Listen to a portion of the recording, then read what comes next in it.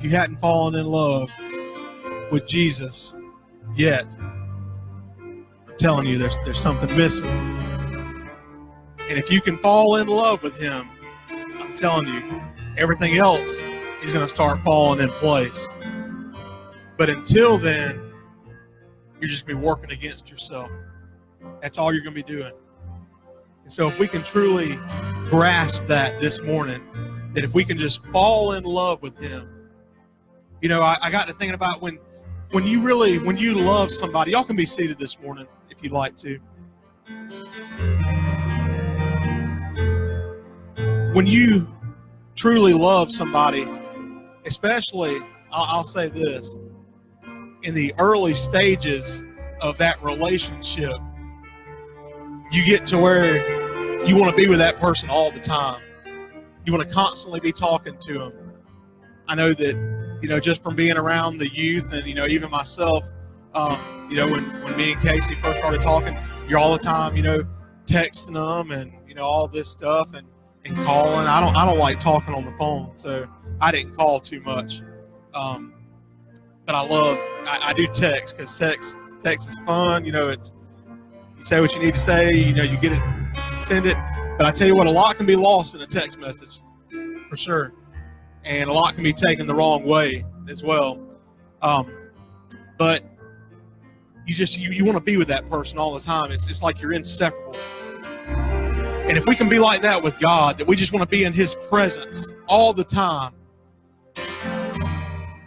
And I know that there were several times, a bunch of different times, I'm sure, that, you know what, you probably, you know, went and worked all day and, you know, you're tired, but you still make an effort to go out and see that person that you love.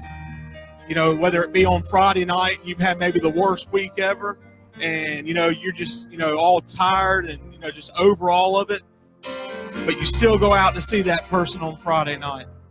You still go out, have dinner, you know, go to a movie, you know, whatever you do, you know, go bowling, you know, so many different things you could do out there. But your tiredness, your fatigue does not keep you from wanting to be with that person. And if we can apply that to our spiritual relationship with Jesus, that, you know what, the trials that you've got going on in your life, you know, every day, yeah, it's going to be tough. Daily life's going to be tough, but don't let it keep you from spending time with God. Don't let it keep you from digging deep and building that relationship.